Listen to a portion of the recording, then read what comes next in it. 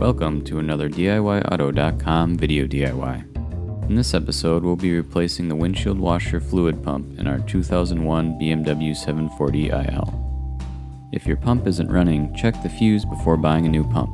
If you can hear it running but no fluid is coming out, it may be clogged. There is a filter on the pump that will show you how to check. The pump is located in the passenger wheel well. You will have to remove the wheel and fender liner. There are 8mm bolts, here, clip, clip, here,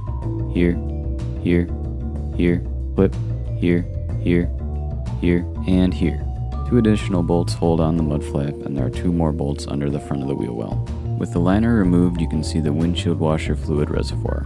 The large pump is for the headlight washers, while the smaller one is for the windshield wipers. Unclip the wiring harness and place something under the pump to catch all the washer fluid that will spill out once it's removed. The seal and the filter will have to be transferred to the new pump. Make sure to wash all the gunk out the filter beforehand. Reassemble with the new pump. You'll probably need a new clamp for the hose. Add some washer fluid and you'll be ready to try the new pump. Now the moment of truth.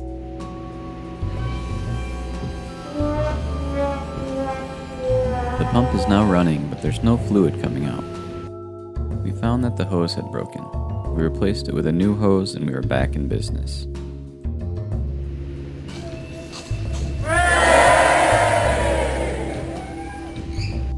Now that everything is working, we can reinstall the fender liner.